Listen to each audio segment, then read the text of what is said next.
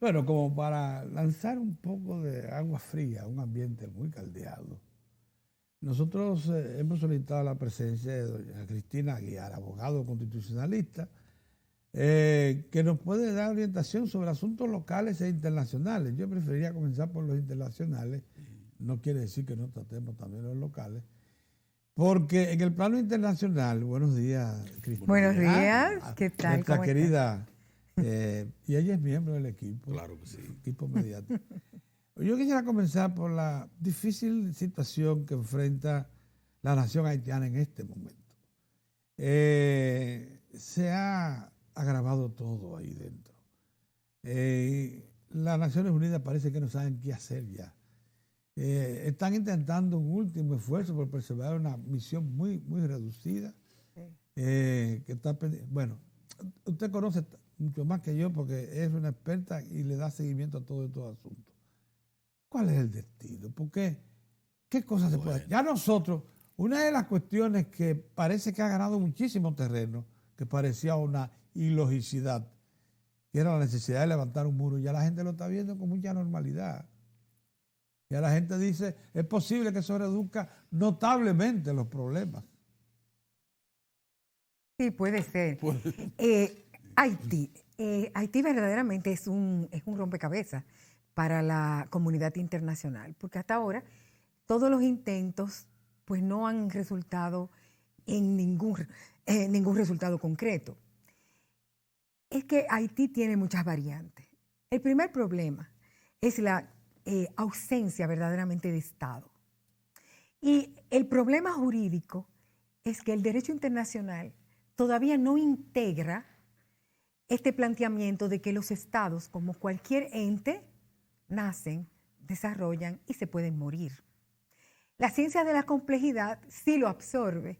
Y el profesor Sotolongo me dijo, Cristina, escribe sobre eso, porque yo tengo manuales enteros de derecho internacional donde grandes tratadistas dicen que efectivamente el derecho internacional todavía no integra el hecho de que los estados pueden morir.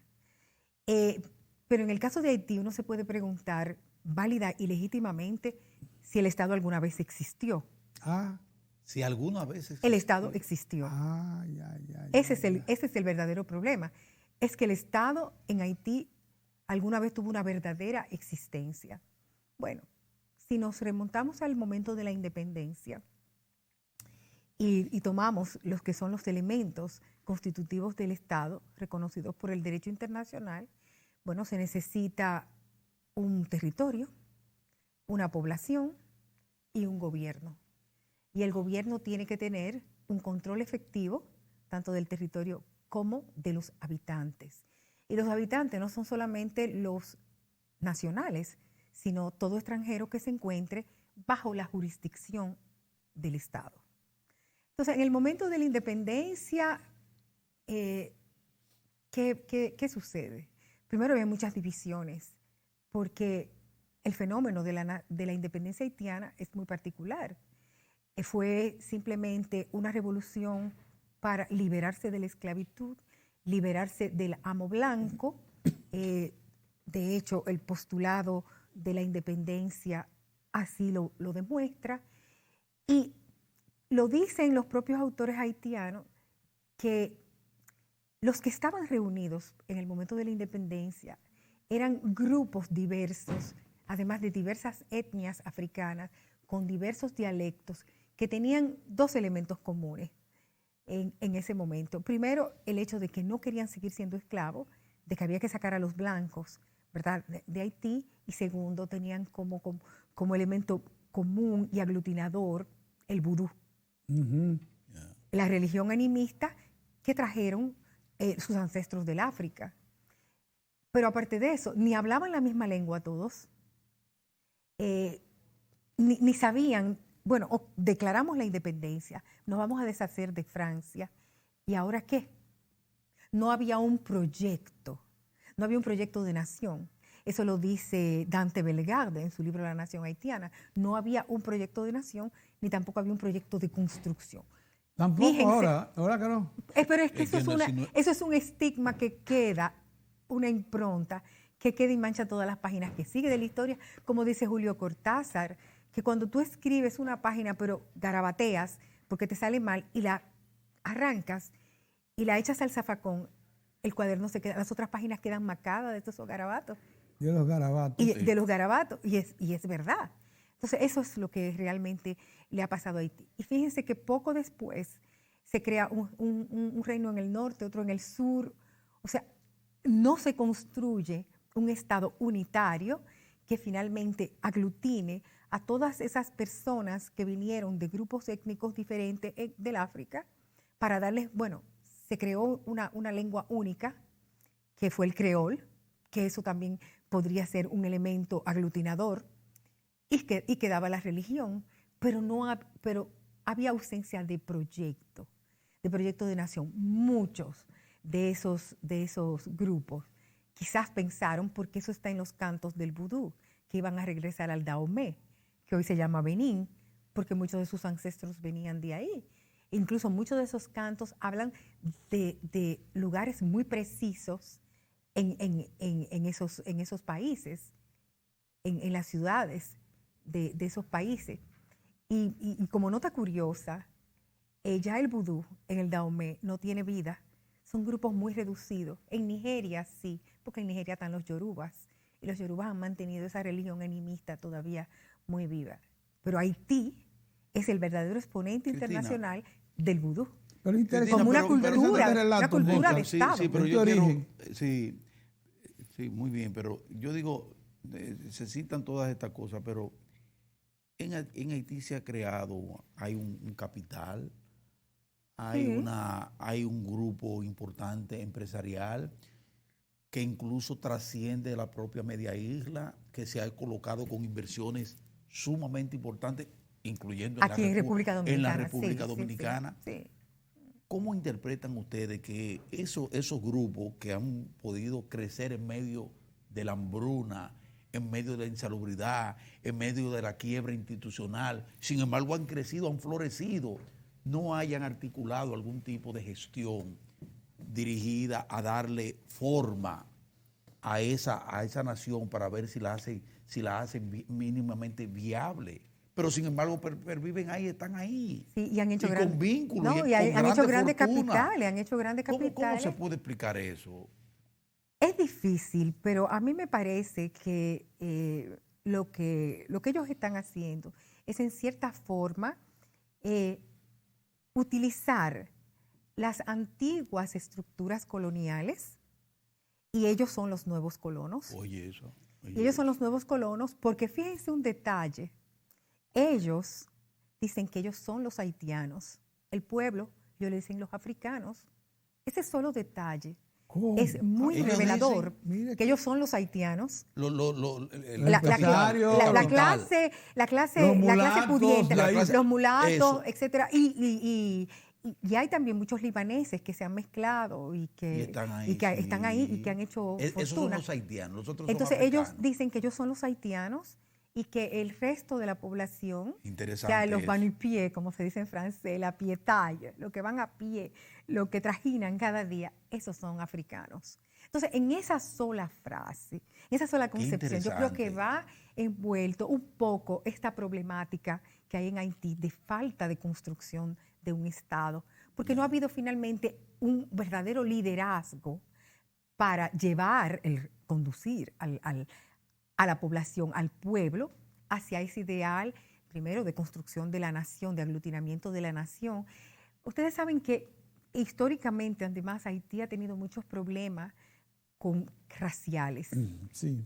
Los mulatos no son bien vistos, porque hay un hecho histórico, yo creo que fundamenta esa animadversión, y es que fue un general mulato que entregó a Toussaint Louverture a las tropas de Napoleón. Entonces, esas cosas también marcan el imaginario popular, y sistemáticamente en la historia haitiana han habido periodos de purga donde se matan a los mulatos, y hay siempre en esa sociedad latente esa pugna entre mulatos y negros. Pero también dentro de la élite haitiana hay una aristocracia negra aristocracia. Así mismo, una aristocracia negra, así ellos se estiman. Recuérdense que tuvieron un rey, un emperador, Faustino, Christophe, ¿no? Y hay esa aristocracia negra que se dice descendiente justamente de los libertadores. Entonces, esa es una clase aparte, pero hablan francés, toman muerte chandón, son gente, además, con una cultura, y lo que los mantiene vinculados al resto de la nación, como prácticamente a todos los haitianos, es el vudú.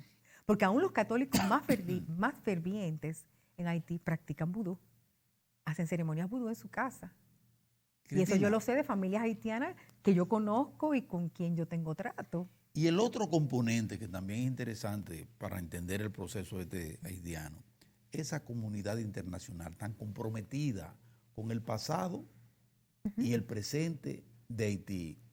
Y vamos a ponerla con las naciones, 3 grandes naciones, Francia, Canadá y los Estados Unidos. Ese componente tampoco ha accionado en función de darle forma, de estructurar un Estado mínimamente viable. ¿Por qué? Bueno, el por qué es muy difícil. Porque viven presionando. Ay, sí, pero hay muchas razones. Hay muchas razones geopolíticas, hay razones históricas, etcétera. No podemos olvidar que, bueno, Haití fue la primera república negra libre del mundo, ¿verdad? Sí. Que su sola existencia representó un desafío a lo que eran los postulados, ¿verdad?, de esa época. Sí. Y para los Estados Unidos, entonces, Haití se convirtió en casi como una amenaza, porque hay declaraciones que datan de 1931, no me acuerdo, es una subsecretaria de Estado americana, diciendo que la mancha negra había que contenerla en la isla de Santo Domingo. Porque allá se iba a expandir. La mancha negra tenía que contenerse en la isla de Santo Domingo. Entonces, quiere decir que había una política de ni reconocerlos ni de admitirlos en cierta forma. Thomas Jefferson tampoco no se mostró sumamente complaciente con el hecho histórico haitiano. Entonces, bueno, Francia, ¿qué decir de la actitud de Francia? Yo no creo que Francia esté atada al pasado colonial con Haití. Le impuso unas indemnizaciones que fueron realmente abusivas para que Haití reparara el daño de la pérdida de la colonia, de la pérdida de vida, etcétera, que Haití no iba a poder pagar nunca. Porque ¿qué le queda a Haití después de la colonización francesa? Lo mismo, la economía de plantación, y entonces Dessalines pretendió dividir la tierra y promover el conuquismo. Entonces, no es en base a eso que tú creas una economía fuerte que pueda hacerle frente a esos compromisos internacionales impuestos por la antigua potencia colonial.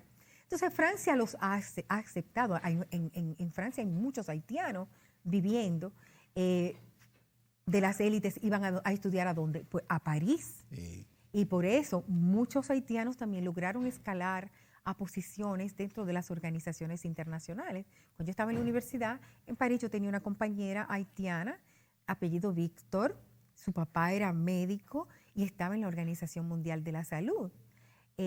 Otro haitiano que estudió conmigo, pero ese pertenece a la élite de la élite, porque la mamá era blanca, pero el papá haitiano de color, pero gente con muchísimo dinero, con apartamento en París, el ascensor llegaba al apartamento. Yo visité la casa en Puerto Príncipe, una de esas mansiones estilo el sur de los Estados Unidos, con esas columnatas y una piscina retro, o sea, que son gente que vivían en otro mundo con relación al resto de la población haitiana. Cuando daban una fiesta, traían el foie gras de París, el champaña de París, etcétera, y afuera de la verja, pues había otro mundo totalmente desconocido.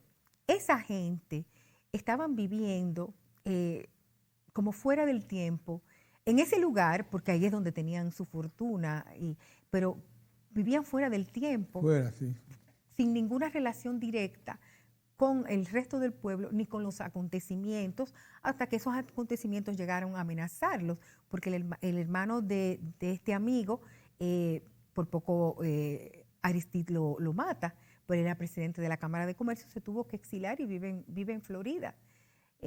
O sea que cuando además surgen personajes como Jean Bertrand Aristide, que tenía ciertas ideas de izquierda y eso, pues por supuesto hay mezclada con vudú. Sí, mezclada con vudú y con Es una cosa terrible. y con de todo, ¿no? explosiva. Sí. Una mezcla explosiva.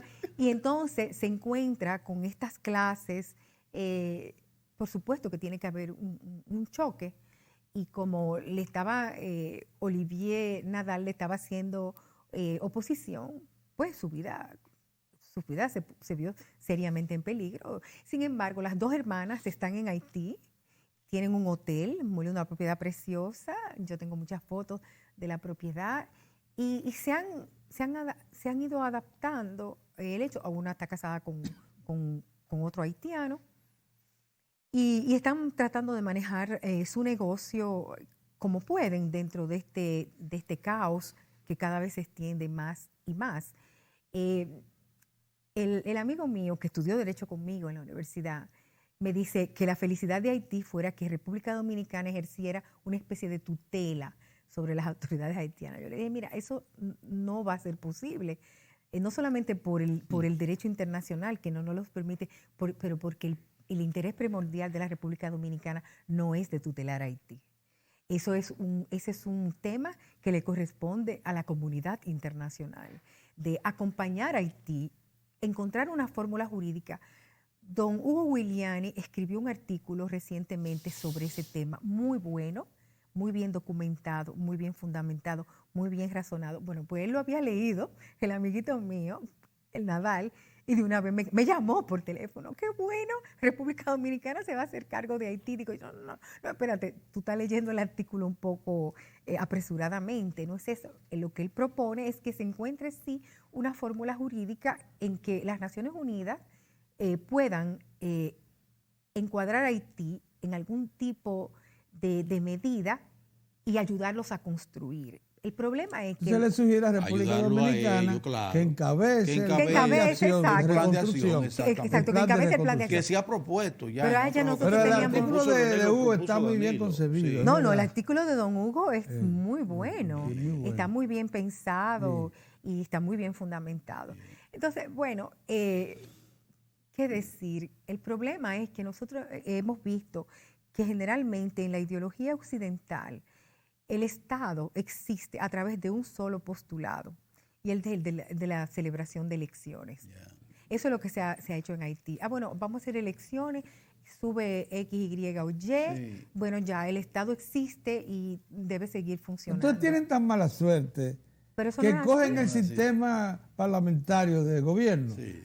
Del diálogo, ahora es que es difícil la cosa. Sí, exacto, porque ellos quisieron dejar el presidencialismo para irse a un modelo semipresidencialista, o sea, más parlamentario, pero entre personas que no se ponen de acuerdo nunca. Entonces es un modelo que no puede funcionar. No, el modelo no Mira, funciona. tenemos que ir no a una arranca. pausa. Qué interesante está esta conversación. Volvemos. Interesante con Cristina. de verdad, ¿eh? Sí, en un momentito. Qué bueno.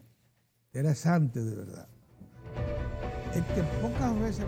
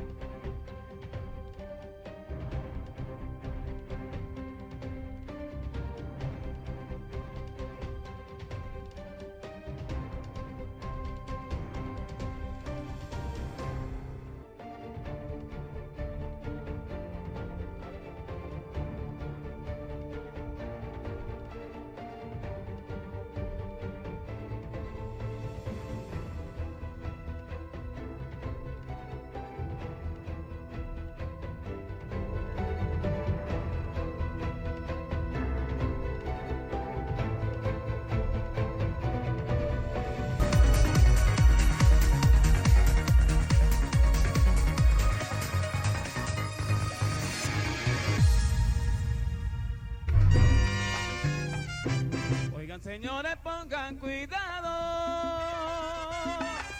Esta es la historia de Pedro y Santander. Eran hermanos y se mataron porque querían la misma mujer.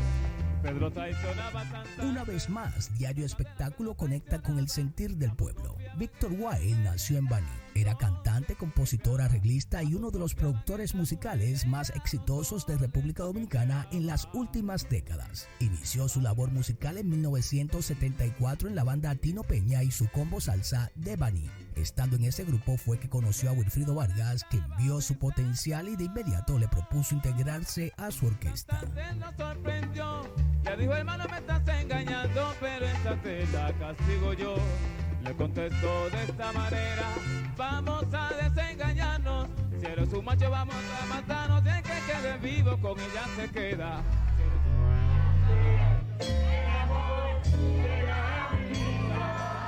Con Wilfrido popularizó varios hits musicales en la época como Charo Charo, Cachita, Enrique Blanco, junto a Vicente Pacheco, Amigos Míos, Me Enamoré y Sansón Batalla. Este último en salsa y que además obtuvo mucho éxito al ser el número 1 con la propia Fania, agrupación de salsa y música latina radicada en Nueva York.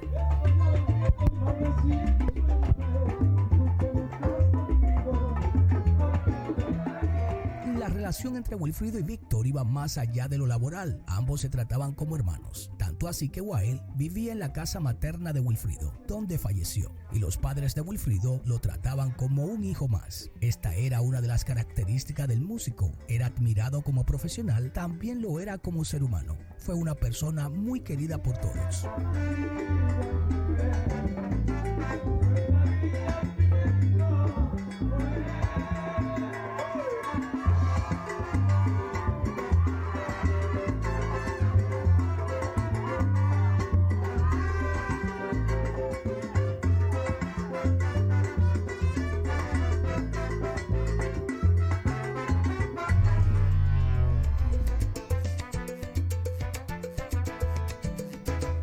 Entre besos, abrazos y caricias, tú me dijiste simplemente que me quieres.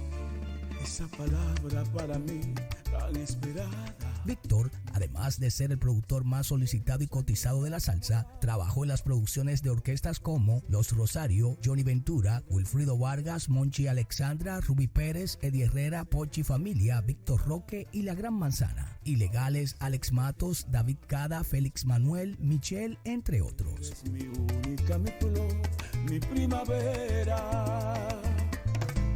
Atrás quedó el dolor.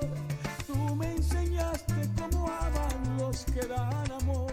No limitó su talento a la salsa, sino que también trabajó con los géneros de merengue, balada y bachata a través de sus magistrales arreglos. Tu calor, atrás quedó el dolor. Tú me enseñaste cómo aman los que dan amor. Cuando borrachos de caricias llenos de pasión, me prometiste que era mío. A lo largo de su carrera recibió muchos reconocimientos. Tuvo 6 nominaciones a Premio Soberano antes Cassandra. Y los galardones más destacados fueron los 3 Premios Soberano que obtuvo en la categoría de orquestador y o arreglista. Es lamentable decirte adiós, pero muchas gracias por los ejemplos que nos deja. De ser excelente, respetar y hacer con calidad lo que hagamos y de no escatimar esfuerzo hasta lograrlo. Paz a tu alma. Para Diario Espectáculo, Giovannis Ramírez.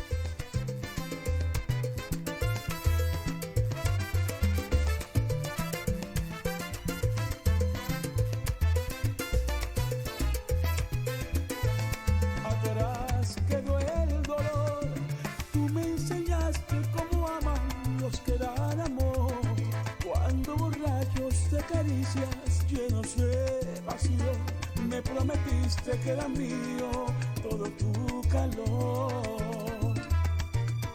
Tú me enseñaste que hay que amar cuando uno quiere, porque la vida se va y no vuelve.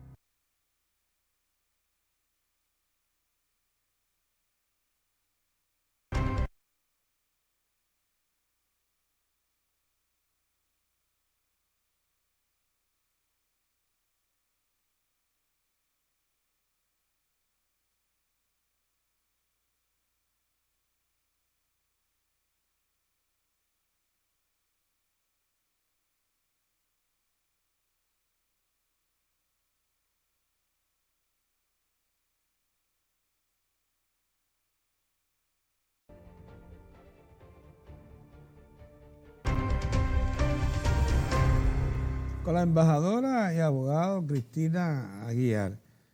Ella es abogada constitucionalista, pero es también una internacionalista.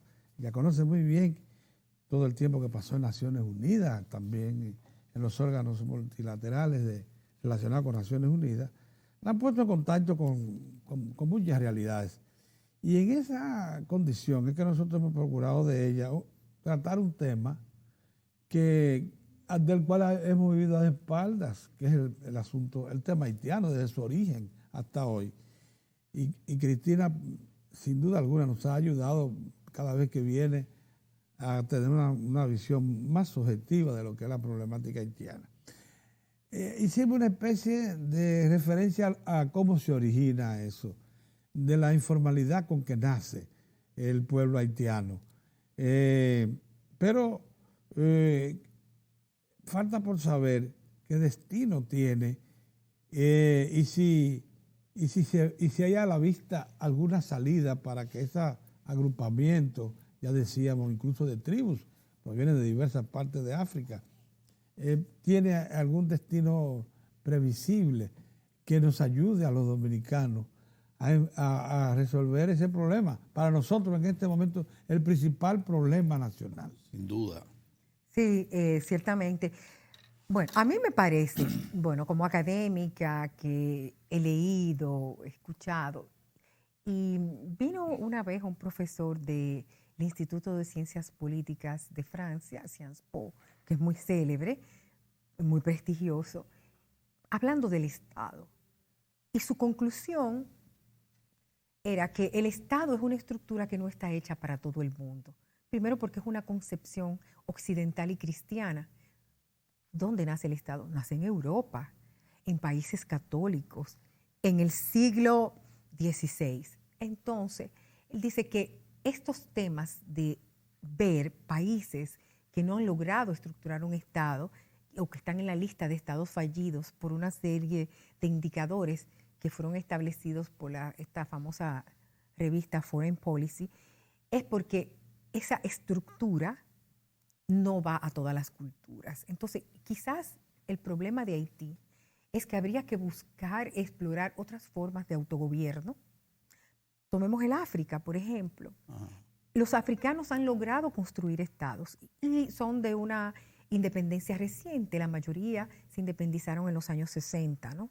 Después de la gran ola de descolonización viene después de la Primera Guerra Mundial y comienza a principios de los 60. Pero la segunda termina por consolidar esa descolonización. Exacto. La Segunda Guerra Mundial. Sí, no, es la Segunda Guerra Mundial que por los acuerdos de Yalta, uno de los compromisos de esa reunión es que tenían que desaparecer los imperios coloniales de Francia y del Reino Unido. Claro. Entonces, efectivamente, es por eso después de la fundación de Naciones Unidas que se va consolidando la organización, se le va concediendo la independencia a los territorios de ultramar en África, el África Occidental Francesa, en los años a principios de los años 60 y de la misma manera para el Reino Unido, que todavía conserva posesiones aquí en el Caribe, porque, por ejemplo, Montserrat es parte integral del Reino Unido, y de Irlanda del Norte. Entonces, esos no han querido independencia. Turca y Caicos, que se le ofreció la independencia en el 1982. Tampoco Jamaica, es muy reciente. Jamaica es de los años 70, la independencia. Pero ellos han logrado estructurar un Estado. ¿Cómo lo han hecho?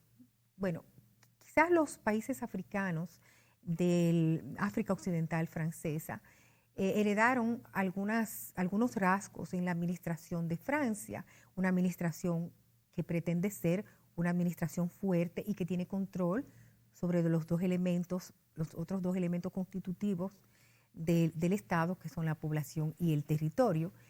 Pero fue también que justo después de las independencias, en países como Costa de Marfil y el Senegal, existieron figuras muy emblemáticas, hombres cultos que estudiaron en Francia, incluso que fueron diputados a la Asamblea Nacional Francesa y que después toman las riendas de el gobierno de esas antiguas colonias y tratan de construir un Estado.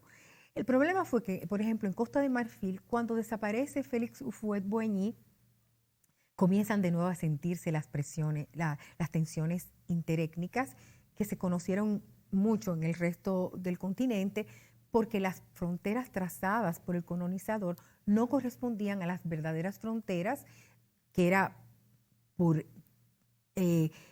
etnias donde se encontraba, el territorio donde se encontraba una etnia, sino que partieron por la mitad muchas veces, y el caso de Ruanda y de Burundi es muy, muy emblemático en ese sentido, porque el colonizador no tenía las mismas preocupaciones. El colonizador tenía una preocupación únicamente de rentabilidad económica y de poderío territorial que sustentara su base de poder en Europa.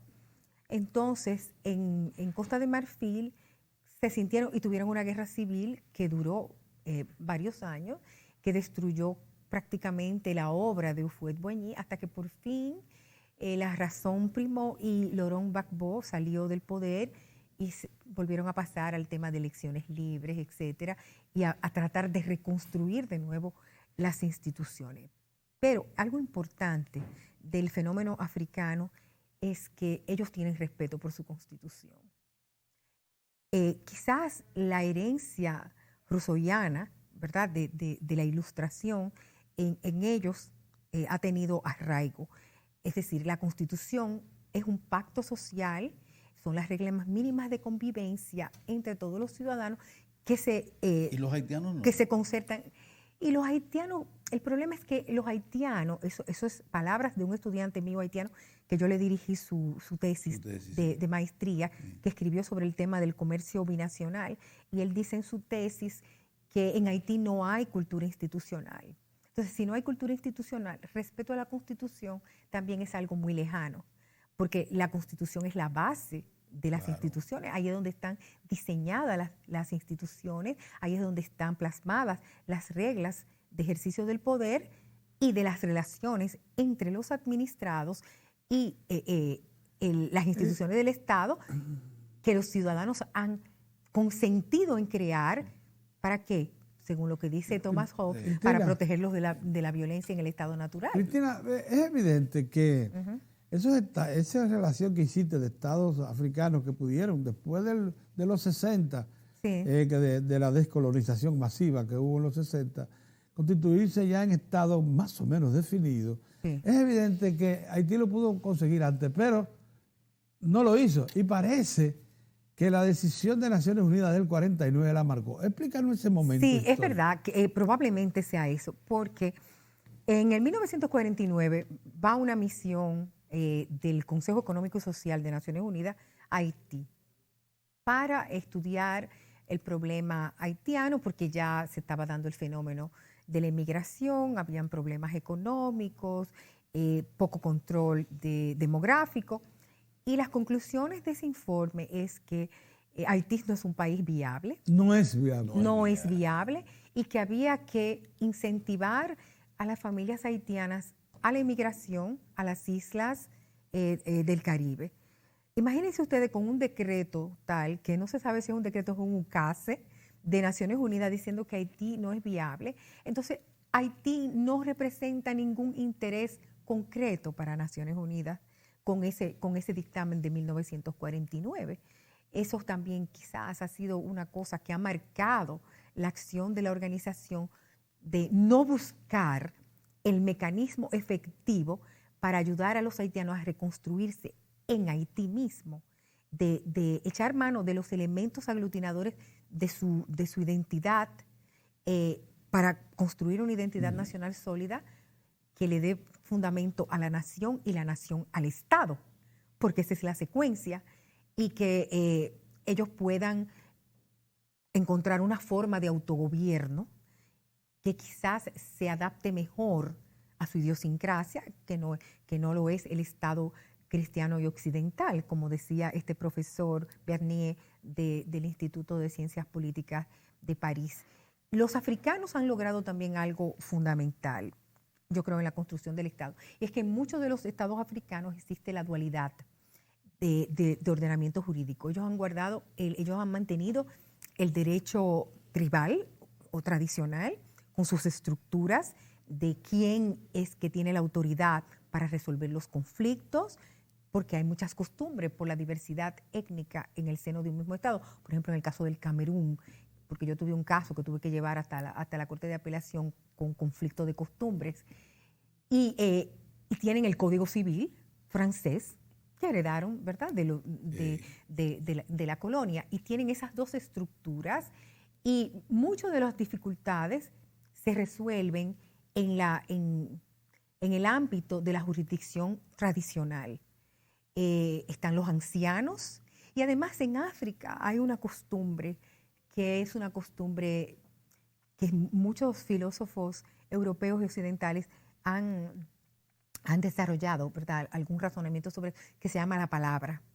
Hay un árbol, que no es necesariamente el baobab, que es un árbol enorme, donde se sientan los ancianos de la tribu y hablan y dirimen los conflictos hablando. Palabre en francés es eso, como el dialogar, para encontrar solución a los conflictos. No hay conflicto que no tenga solución. Como estaba diciendo más temprano Orión, todo conflicto debe tener una solución. Claro, las soluciones en conflictos, por ejemplo, en conflictos identitarios, que se han dado mucho en el África, pasan por el hecho de que una de las dos culturas o de los dos grupos que tienen pulsiones soberanistas o pulsiones de dominación sobre el otro, logren acomodar cada uno sus aspiraciones en una forma de gobierno, sea federativa, donde hay un grado de autonomía de un grupo y la estructura central se ocupa de los temas más fundamentales, como es la representación en el exterior o la defensa nacional.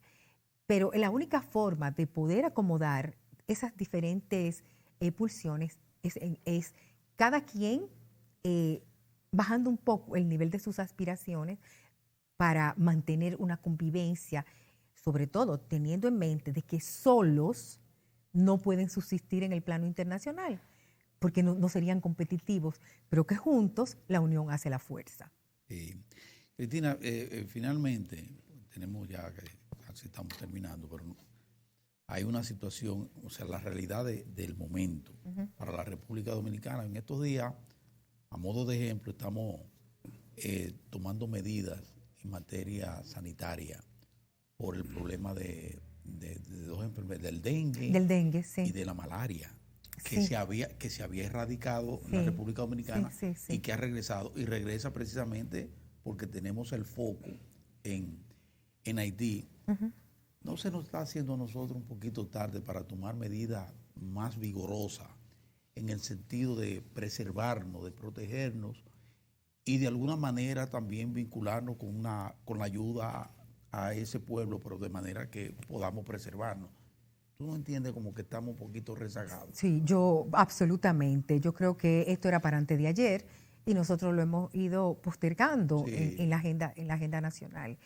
La frontera no es una línea imaginaria, es una división, y hay que marcarla. histórica que sí, nosotros heredamos, de hecho un poco arbitraria, porque si la historia nos diera razón, la frontera estaría todavía más para allá, pero nosotros hemos ido cediendo territorio en aras de conciliar y de tener paz. Así es. Pero la República Dominicana tiene que pensar, sobre todo sus autoridades, que tienen una obligación primera hacia sus administrados, después una obligación secundaria de solidaridad con los vecinos. Exacto. Entonces, no es abandonando la zona de la frontera o no tomando las medidas que se imponen. Se ha hablado mucho del tema del muro. Y bueno, hay algunos que dicen, no, que los muros dividen, que hay que crear puentes. Sí, está bien, pero mientras tantamente, ¿verdad? Mientras tantamente, en lo que los haitianos se ponen de acuerdo. En este momento lo que tenemos ahí es un foco de todo tipo de problemas para la República Dominicana. Mucho riesgo, porque demasiado riesgo. Demasiado riesgo. Entonces, la buena gestión del riesgo indica que tú tienes que tomar medidas preventivas para tú protegerte el muro puede ser de lo que... El muro podría ser. Hay eso. más de 40 muros en construcción en este momento en el mundo, además de los ya existentes. Entonces, quiere decir que alguna función le ven los gobiernos al muro, que están construyendo un muro. Quizás es más el efecto disuasivo de que, mira, se te hace más difícil cruzar, piensa lo mejor, etcétera. Para la República Dominicana yo creo que eso se ha convertido en una cuestión crucial. Porque además nosotros tenemos el otro panel del problema, que es que personas cruzan esa frontera totalmente indocumentados y entonces van a pretender ser apátridas. Y eso así no se puede manejar. Muchísimas gracias, Cristina. Una vez más, un viernes que cierra productivo. Muy productivo. Sí. Estamos debidamente edificados. Sí, claro. Y vamos a apostar a que aceleremos el paso para la preservación de la República. Así es. Muchas gracias, Cristina. Gracias a ustedes. Nosotros volvemos el lunes, Dios mediante.